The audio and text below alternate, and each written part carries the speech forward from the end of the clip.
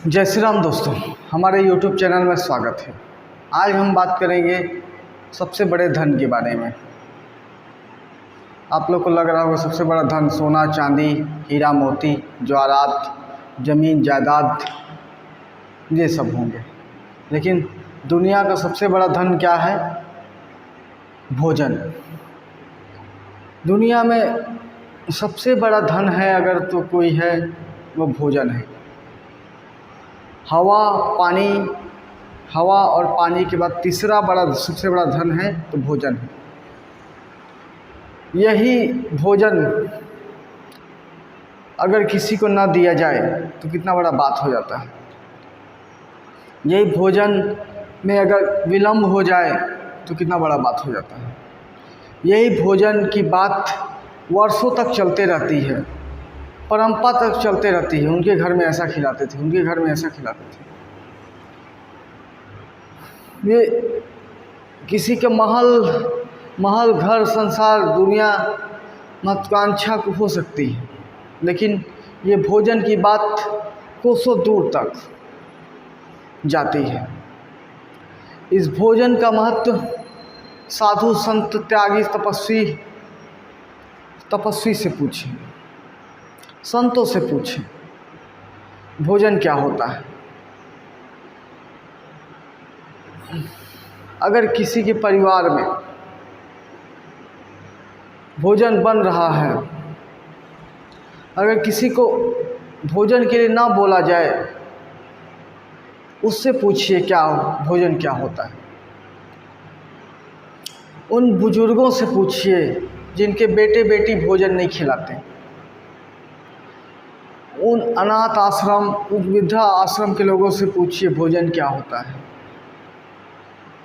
दुनिया में अगर समाज सेवा का हवा पानी जल पिलाना तो सबसे बड़ा समाज सेवा का काम है, प्यासे को जल पिलाना। लेकिन जल के बाद अगर किसी को भोजन भंडारा करा रहे हैं तो सबसे बड़ा पुण्य का बात है।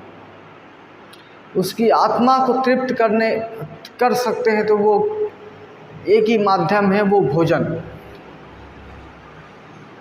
दुनिया में बड़े बड़े सेवा कार्य होते हैं, धर्म कर्म बहुत जगह होते हैं, बड़े बड़े मंदिर अनुष्ठान प्रतिष्ठान हैं जहाँ 12 महीना भोजन होते हैं।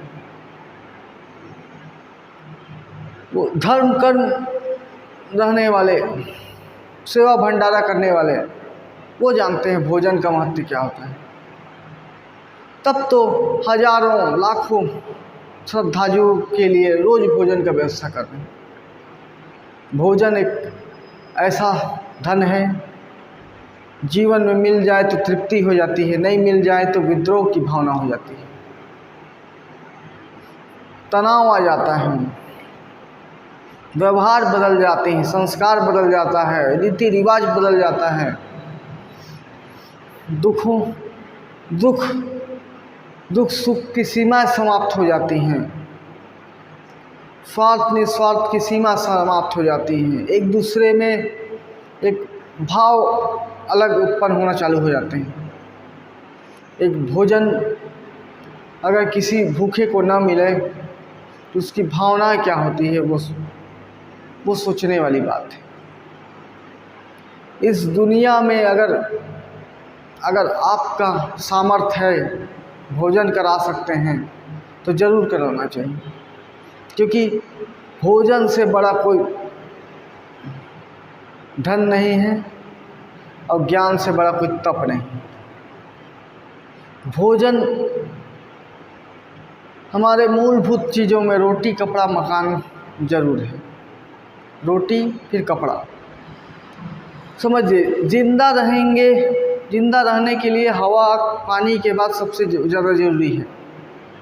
कभी कभी तो वातावरण ये बन जाता है लोगों के लिए कि हवा तक लेना मुश्किल है। अरब अफ्रीका वहाँ जाइए, हवा लेना भी मुश्किल है। जल भोजन की तो दूर की बात है, शुद्ध वातावरण में अगर हवा ले लिए तो बड़ी बात है। वहाँ जीवन का भय इतना बना है, अफ्रीका में और अरब देश में भय इतना बना है, शुद्ध वातावरण। लेकिन अगर स्वस्थ वातावरण है वहाँ जीवन में सुख है, समृद्धि है, शांति है, वहाँ जल के बाद स्थान रखता है तो क्या रखता है? भोजन रखता है। हमारे पुराने समय में छुआछूत था न, एक दूसरे में छुआछूत की भावना थी। जल के लिए छुआछूत बताइए, ये छुआछूत की भावना कैसे हुई? जो भी कारण हो, लेकिन जल में छुआछूत बताइए। दुनिया में अगर किसी चीज़ को शुद्ध या अशुद्ध नहीं कर सकते तो वो जल है और अग्नि है, जिसको ना कोई शुद्ध कर सकता है ना शुद्ध कर सकता है। किसी के में सामर्थ्य नहीं इतनी। जल के बाद स्थान रखने वाला पदार्थ है, वस्तु है, चीज़ है, तो वो है भोजन है।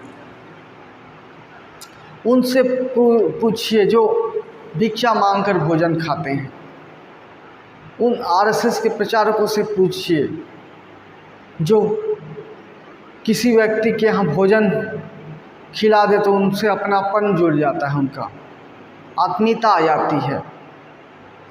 भोजन समाज में कितना बड़ा प्रभाव रखता है। जिसके घर अगर खाने के मामले में अगर तू मैं हो गया, खाना ही कितना बड़ा बवाल कर सकती है। इस भोजन के लिए ही हम इस जीवन में संघर्ष कर रहे हैं, एक दूसरे से प्रतिस्पर्धा कर रहे हैं, दिन रात संघर्ष कर रहे हैं सिर्फ और सिर्फ ये भोजन के लिए। अगर पेट भर गया तो समझिए उससे आगे की संभावनाएं हैं। जब आप समझिए किसी की भोजन की चिंता नहीं कर रहे हैं तो समझिए उस व्यक्ति की निर्दयता की सीमा समझिए कितना निर्दयी होगा वो। अगर किसी के भोजन की चिंता ना करता हो कोई तो कितना निर्दयी हो सकता है। सीमाएं की पराकाष्ठा क्या हो सकती है, क्योंकि जीवन जीने का आधार है भोजन। भोजन न मिले तो हमारी क्या स्थिति हो सकती है हम सब जानते हैं। इसलिए हिंदू धर्म परंपरा में हर तीर्थ मंदिर प्रांगण में निरंतर आए दिन कुछ न कुछ भोजन भंडारे की व्यवस्था निरंतर की जाती है, क्योंकि सारा समाज जानता है भोजन का महत्व। और यही भोजन की बात अगर ना हो पाए, भोजन ना हो पाए तो कितना बड़ा बखेड़ा खड़ा हो जाता है। तो हमको सोने चांदी बड़े बड़े आभूषण धन आभूषण के चक्कर में मत रहें। अपने परिवार में इतना संस्कार दें कि बुजुर्गों को बच्चों को भोजन खिला सकें, अगले पीढ़ी को भोजन खिला सकें। इतने तो संस्कार कम से कम दें, इतना वातावरण दें कि अगले पीढ़ी को भोजन खिला सके, पुराने पीढ़ी को भोजन खिला सकते, अपने माता पिता दादा दादी को भोजन खिला सके। इतना शिक्षा, इतना दीक्षा, इतना संस्कार, इतना व्यवहार तो सिखाएं लोग। मेरी ये उम्मीद है लोगों से, कितना शिक्षा इतना संस्कार ज़रूर लोग अपने आने वाले पीढ़ी को उपलब्ध कराएं कि भोजन एक जीवन में सबसे महत्वपूर्ण चीज़ है। धनों में तीसरा धन है, हवा जल के बाद अगर तीसरा कोई धन है तो भोजन है, जिसकी हमको हर दिन प्रतिदिन ज़रूरत है। जिसकी पूर्ति ना हो तो पता नहीं क्या हो सकता है, कुछ भी हो सकता है, समाज में विकृति आ सकती है। इस भोजन की व्यवस्था को मोदी जी समझे, बखूबी समझे, क्योंकि वो आरएसएस के प्रचारक थे। प्रचारकों का जीवन कैसा होता है वो तो कई बार बेल ग्रेवल के नेशनल ज्योग्राफी चैनल में बता चुके हैं कि वो भीख मांग कर खाते थे।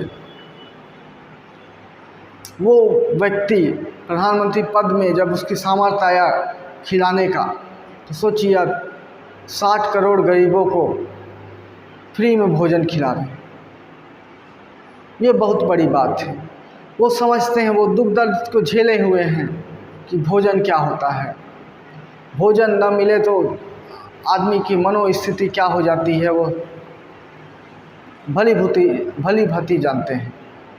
तो मेरे लोगों से आग्रह है कि अपने माता पिता को, दादा दादी को या अगली पीढ़ी को ऐसा वातावरण दें, ऐसा संस्कार दें कि वो उनको भोजन खिला सके और निरंतर जीवन में एक शुद्ध वातावरण देके उनका पालन पोषण कर सके। नमस्कार दोस्तों।